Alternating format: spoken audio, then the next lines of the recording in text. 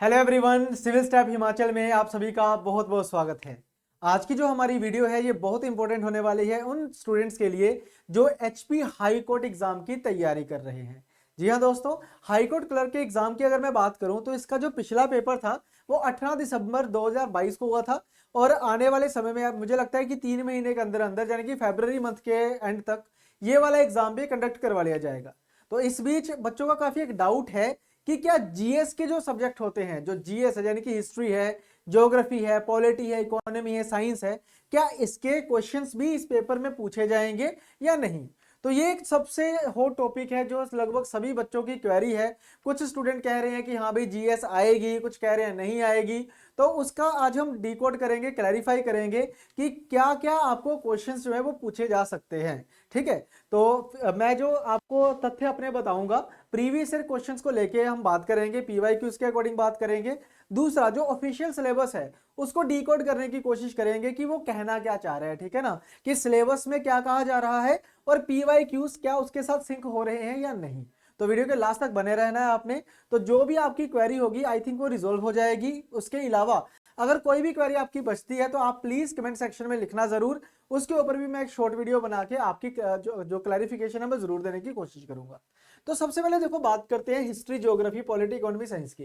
ये जो 5 सब्जेक्ट होते हैं ये जीएस के सब्जेक्ट होते हैं। यूजुअली जब ये चीजें पेपर में आती हैं तब लिखा जाता है जनरल स्टडीज। उस केस में जनरल स्टडीज लिखा जाता है। कई बार ऐसे एग्जाम्स होते हैं जहां पे जनरल नॉलेज लिखा जाता है, जनरल नॉलेज। तो जनरल नॉलेज अगर लिखा हो तब भी ये चीजें आ सकती हैं। अगर जनरल स्टडीज लिखा हो फिर तो 100% इन्हीं की ही बात की जाती है। जैसे कि अगर हम एसएससी के एग्जाम्स की बात करें तो उसमें history, geography, economy, polity, science आता है ना। अगर हम बात करें सब इंस्पेक्टर का एग्जाम की, उसमें भी पूछा जाता है। ठीक है ना, तो उसमें भी ये सवाल जो है वो रहते रहते हैं हमारे। इसके अलावा जब हमारा पटवारी का पेपर हुआ था तो पटवारी के एग्जाम्स में भी जो 25 मार्क्स का हमारा जनरल नॉलेज का सेक्शन था उसमें भी एचपीजीके के साथ साथ आपको इनके सब्जेक्ट जो है वो पूछे गए थे। लेकिन अगर हम बात करें एचपी हाई कोर्ट की तो एचपी हाई कोर्ट ने एक सिलेबस दिया है। अगर मैं सिलेबस की बात करूं, आई होप आप सभी को विजिबल होगा, तो ये सिर्फ ये चीज मेंशन करी है, यानी कि सिलेबस को डी कोड नहीं किया गया है। टॉपिक वाइज पे यानी कि टॉपिक्स लेवल पे इसको डी कोड नहीं किया गया है। नॉर्मली बताया गया है कि जो स्क्रीनिंग टेस्ट होगा, पहला टेस्ट जो हमारा होने वाला है उसमें जनरल नॉलेज आएगी international, national and Himachal Pradesh की। ठीक है, तो टोटल रहेंगे इसके 70 क्वेश्चंस। 10 नंबर का आएगा हमारा कंप्यूटर जो कि बेसिक कंप्यूटर रहने वाला है, और उसके बाद रीजनिंग आएगी हमारी 20 मार्क्स की। तो बस इतनी सी बात की है, ना ही रीजनिंग के टॉपिक मेंशन करें, ना ही कंप्यूटर के टॉपिक मेंशन करे हैं, और ना ही ये बताया गया है कि ये जनरल नॉलेज है जो इंटरनेशनल, नेशनल जो और हिमाचल प्रदेश, यानी कि एक दुनिया के लेवल पे, एक देश के लेवल के पे यानी कि कंट्री लेवल पे, ये वर्ल्ड लेवल की, कंट्री लेवल की, और ये स्टेट लेवल की। ये जो जीके आपसे पूछी जा रही है, ये जो जनरल नॉलेज आपसे पूछी जा रही है, क्या ये हमारी स्टैटिक वाला पार्ट है यानी कि जीएस वाला पार्ट है या फिर करंट अफेयर्स वाला पार्ट है, इसके बारे में कोई क्लैरिफिकेशन नहीं है। हाँ, एक नोट जरूर लिखा गया था कि जो आपको क्वेश्चंस मिलेंगे, ये जो आपको सवाल मिलेंगे, it will be relating to the geography, ठीक है, relating to the culture, sports, history, ठीक है, current affair, who is who, उसके बाद Indian and HP judiciary, Indian and HP judiciary, उसके बाद जुडिशरीज करंट अफेयर एक्सेट्रा। तो ये लिखा गया था बेसिकली। ठीक है जी, अब कहा है कि ये चीजें इंक्लूड की जा सकती है जनरल नॉलेज के पेपर में, ये चीजें इंक्लूड की जा सकती हैं। अब मुद्दा ये है कि इसका मतलब क्या है। सबसे इंपॉर्टेंट चीज थी कि इसका मीनिंग क्या है। अब देखो इसके दो हमारे पास मीनिंग बन सकते हैं, इसकी दो इंटरप्रिटेशन हमारे बन सकती हैं। एक तो सीधी सीधी क्लियर इंटरप्रिटेशन है जो कि लगभग मेरे ख्याल से 70% स्टूडेंट जो है वो ये समझता है कि हाँ भाई हिस्ट्री, ज्योग्राफी के क्वेश्चन आएंगे, हिस्ट्री भी आएगी, ज्योग्राफी भी आएगी, पॉलिटी भी आएगी, उसके बाद साइंस के सवाल भी आएंगे, जनरल साइंस भी आएगी। ठीक है ना, लेकिन कुछ स्टूडेंट ऐसे जैसे 20 to 30% स्टूडेंट्स हैं मुझे लगता है जो बिल्कुल एनालाइज करते हैं पेपर को, वो कहते हैं कि नहीं करंट अफेयर्स आएंगे भाई। ठीक है, तो भाई बेसिकली है क्या, इसको इसके नतीजे पे पहुंचने से पहले एक बार हम पीवाईक्यूज देख लेते हैं, है ना। तो मैंने 2022 का जो पेपर था जो 18 दिसंबर को हुआ था, उस पेपर को डिकोड किया है। अगर उसमें मैं सवालों की बात करूं तो करंट अफेयर्स के थे 13 क्वेश्चंस। ज्योग्राफी जो था एक बहुत इंपॉर्टेंट चंक ऑफ क्वेश्चंस लेके आया था, यानी कि सबसे ज्यादा सवाल ज्योग्राफी वाले सेक्शन से पूछे गए थे, और वो कितने सवाल थे, 11 क्वेश्चन थे। साइंस के ऊपर 2 सवाल थे, स्टैटिक जीके के टोटल 12 क्वेश्चन थे, इसके अलावा पॉलिटी का 1 सवाल था, हिस्ट्री का 1 सवाल था, एचपी जीके के तो पूरे 30 क्वेश्चन थे, उसके बाद कंप्यूटर के 10 और रीजनिंग के 20 सवाल थे। ठीक है, अब मुद्दा ये है कि जो नेचर ऑफ क्वेश्चन है वो क्या थे। क्या जो नेचर ऑफ क्वेश्चन है, जैसे मैंने ज्योग्राफी में 11 क्वेश्चन लिखे हैं, क्या ये स्टैटिक जनरल स्टडीज वाली ज्योग्राफी थी। ठीक है, तो अगर मैं कहूँ आपको कि ये जो ज्योग्राफी थी, ये वो वाली ज्योग्राफी नहीं है कि सोलर सिस्टम की बात हो रही है, या फिर मैं आपको ये कहूँ कि भाई फिजियोग्राफी की बात हो रही है, ओशिनोग्राफी की बात हो रही है, तो उसके ऊपर ये सवाल नहीं थे। ये जो ज्योग्राफी के 11 क्वेश्चंस मैंने अलग से निकाले हैं, ये सवाल कौन से थे, रिवर्स के ऊपर, ठीक है, माउंटेन्स के ऊपर सवाल पूछे गए थे। और ऐसा नहीं है कि कोई टेक्निकल सवाल पूछा गया है, आपसे ये पूछा गया था कि ये रिवर कौन सा है, कहाँ पे कहाँ से जा रहा है, ठीक है ना, ये इसके साथ इसकी ट्रिब्यूटरी कौन सी है। उसके अलावा माउंटेन्स की अगर हम बात करें, सबसे ऊंची चोटी वाले, मतलब ये वाले सवाल पूछे गए थे कि ये वाली रेंज कौन सी है, ये वाली रेंज कौन सी है, इस तरीके के सवाल पूछे गए थे। यानी कि जो ज्योग्राफी के सवाल भी थे वो स्टैटिक पोर्शन को ज्यादा कवर करते थे as compare to general studies part, static वाले को ज्यादा करते थे। ठीक है, अगर मैं बात करूं हमारी साइंस के जो 2 सवाल थे, ये जो दोनों सवाल थे ये इन्वेंशंस के ऊपर थे, कि किसने क्या इन्वेंट करा है। ये ऐसा नहीं है कि आपको सेल के ऊपर सवाल पूछे गए हैं, ठीक है ना, सेल के ऊपर सवाल नहीं थे, सेल थ्योरी के ऊपर सवाल नहीं थे, आपको एटम के ऊपर सवाल नहीं पूछे गए थे, मॉलिक्यूल्स के ऊपर सवाल नहीं पूछे गए थे, फिजिक्स का कोई सवाल नहीं था, बस ये था कि इन्वेंशन किसने क्या इन्वेंट करा है। ठीक है, ऐसे अगर मैं पॉलिटी की बात भी कर दूं, अमेंडमेंट के ऊपर सवाल था। ठीक है, हिस्ट्री की अगर हम बात करें तो कल्चर के ऊपर सवाल था, बेसिकली हिस्ट्री का नहीं था, वो कल्चर के ऊपर सवाल था, जो कि बिल्कुल स्टैटिक पार्ट होता है।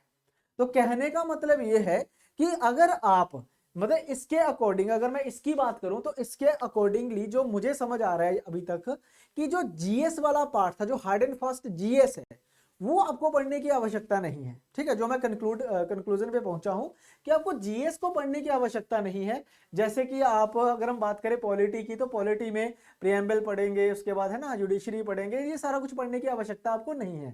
ठीक है, हमने कैसे पढ़ना है, अगर आप एक सीरियस एस्पिरेंट और अगर आपने अच्छे तरीके से तैयारी करनी है, तो मुझे लगता है कि जो अब जब हम करंट अफेयर्स पढ़ेंगे, और करंट अफेयर्स पढ़ेंगे हम लगभग 1 साल के, यानी कि 2024 के करंट अफेयर्स हमको पढ़ने हैं। जनवरी 2024 से शुरू करो और लास्ट तक 2024 के हम सारे करंट अफेयर पढ़ेंगे, और उन करंट अफेयर्स को आप बाइफरकेट करो, ठीक है, with respect to the subject.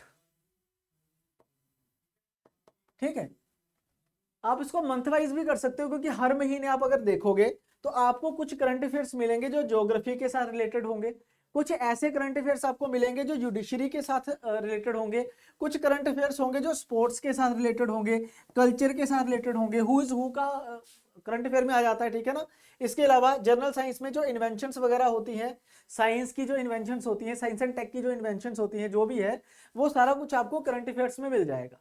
ठीक है ना, बट अपार्ट फ्रॉम दैट मैं आपको सजेस्ट करूंगा कि भाई 2 सब्जेक्ट आपने जरूर पढ़ने हैं। ठीक है, जीएस के 2 सब्जेक्ट आपने जरूर पढ़ने हैं, क्योंकि उसके सवाल पिछले पेपर में पूछे गए थे और चांसेस हैं कि इस बार भी आए। ठीक है ना, देखो मैं ये नहीं कह रहा हूं कि मुझे लगता है कि वो चीज आएगी, लेकिन मैं ये कह रहा हूं आपसे कि अगर हम पीवाईक्यू का पैटर्न देखें, तो अगर ज्योग्राफी के सवाल अगर ज्यादा पूछे गए हैं, तो ज्योग्राफी हमारे लिए इंपॉर्टेंट भी है, तो हमें ज्योग्राफी को पढ़ना है। ठीक है, अगर हम पूरी ज्योग्राफी भी पढ़ लेते हैं तो हमारे लिए एक सेफ साइड हो जाएगी, क्योंकि अभी हमारे पास समय है, हम एक बार गो थ्रू कर सकते हैं। देखो 15-16 लेक्चर, 20 लेक्चर हो जाएंगे ज्यादा से ज्यादा, मतलब 15 लेक्चर्स अगर आप कर लेते हो और सेफ हो जाते हो कि हाँ अगर इसके ऊपर भी कोई सवाल बनता है तो हम कर सकते हैं, तो हमें इसको पढ़ लेना चाहिए। ठीक है, एक ज्योग्राफी और एक मैं आपको कहूंगा कि हिस्ट्री को जरूर पढ़े, हिस्ट्री को जरूर पढ़े। ठीक है ना, देखो सिंपल सी बात है, आपने इकोनॉमी की बात नहीं करनी है, पॉलिटी की बात नहीं करनी है, क्योंकि इकोनॉमी और पॉलिटी कहीं लिखा भी नहीं हुआ। ठीक है ना, जुडिशरी की बात हुई है जो कि करंट अफेयर का पार्ट रहेगा हमारे पास। ठीक है, और इकोनॉमी की कहीं भी बात नहीं हुई। बाकी इकोनॉमिक्स का अगर सवाल बनता भी है तो करंट अफेयर में ठीक ठाक सवाल बन जाते हैं, इसलिए आई थिंक उसने लिखा ही नहीं होगा। ठीक है ना, तो 2 सब्जेक्ट हैं जो आपने करने हैं, that is geography and history, इसको आप हमेशा लेके चलो। Apart from that Himachal Pradesh की जीके आप पूरी पढ़ो, उसकी हिस्ट्री पढ़ो उसकी ज्योग्राफी पढ़ो, उसका स्टैटिक पार्ट पढ़ो, और इसमें जो सबसे मेन चीज है वो रहेगी हमारी स्टैटिक जीके। भाई स्टैटिक जीके में बहुत चीजें होती हैं। ठीक है, इंटरनेशनल ऑर्गेनाइजेशंस होंगी, ठीक है, इसके अलावा इंपॉर्टेंट रिवर्स होंगे, उसके अलावा और भी बहुत सारी चीजें होती हैं। ड्रेनेज सिस्टम जो होता है ज्योग्राफी वाला पार्ट, वो स्टैटिक जीके में भी आता है ना, कि कौन सा रिवर कहाँ पे है, कौन सा शहर कौन से रिवर के ऊपर है, ये सारा स्टैटिक पार्ट होता है। कैपिटल करेंसीज वगैरह आपने पढ़नी है, क्योंकि इसके सवाल आपको बन सकते हैं जो कि पिछले बार भी पेपर में पूछे गए हैं।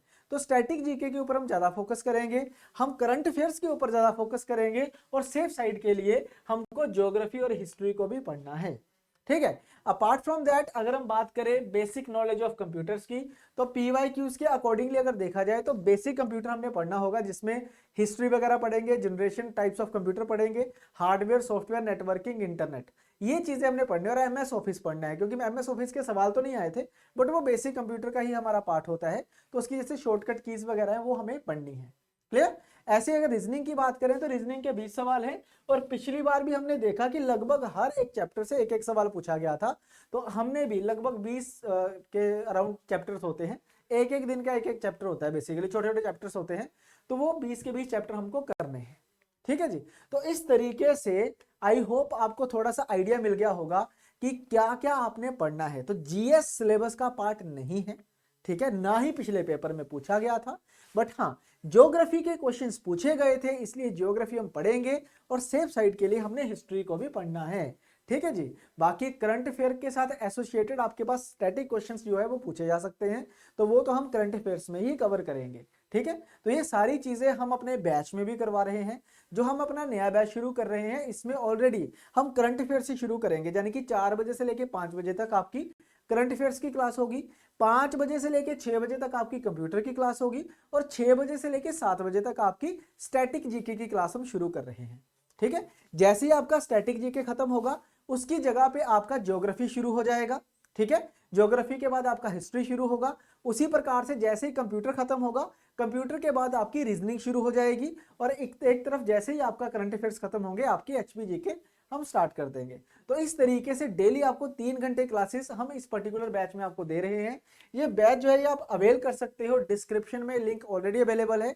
इसके अलावा मैं एक चीज और बताना चाहूंगा कि जो हमारी सिविल स्टेप एप्लीकेशन है, वो अब एंड्रॉइड के साथ साथ एप्पल के मोबाइल्स के लिए भी कंपेटेबल है, यानी कि अगर आपके पास iOS मोबाइल है तो आप उसमें भी हमारे कोर्सेज को देख सकते हो।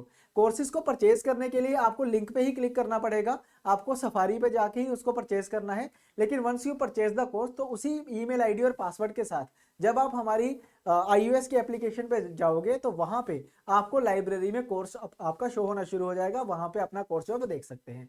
ये बैच जो है ये लाइव बैच है, इसमें आपको लाइव क्लासेस मिलेंगी डेली 4 to 7 3 घंटे। और इसी बैच में ये जो आपको क्लासेस करवाई जा रही है, इसका रिकॉर्डेड वर्जन भी अवेलेबल रहेगा हमारी एप्लीकेशन पे और हमारे पोर्टल के ऊपर, तो यानी कि रिकॉर्डिंग भी आप इसमें देख सकते हो। इसमें आपको 20% डिस्काउंट मिल जाएगा। कोड आपने लगाना है न्यू 2025। नए साल के पर्व अवसर पे हम आपको 20% इसमें डिस्काउंट दे रहे हैं। और जो आपकी फीस रहेगी वो इसमें 4000 रहेगी, वन टाइम पेमेंट, जिसमें आपको लाइव क्लासेस मिलेंगी, सारे पीडीएफ नोट्स मिलेंगे, एमसीक्यूज मिलेंगे, और लास्ट में आपको टेस्ट सीरीज भी इसमें प्रोवाइड करवाई जाएगी। तो आई होप आपको आज की वीडियो फ्रूटफुल लगी होगी। फ्रूटफुल लगी है तो वीडियो को लाइक जरूर करना, चैनल को सब्सक्राइब कर लो अगर आप नए हो, क्योंकि यूट्यूब के ऊपर भी हम आपको इसमें रिवीजन करवा रहे हैं। तो चलिए दोस्तों, आज की क्लास मैं यहीं पे खत्म करता हूं। मिलते हैं हम नेक्स्ट सेशन में, तब तक के लिए thank you very much, bye bye, thank you.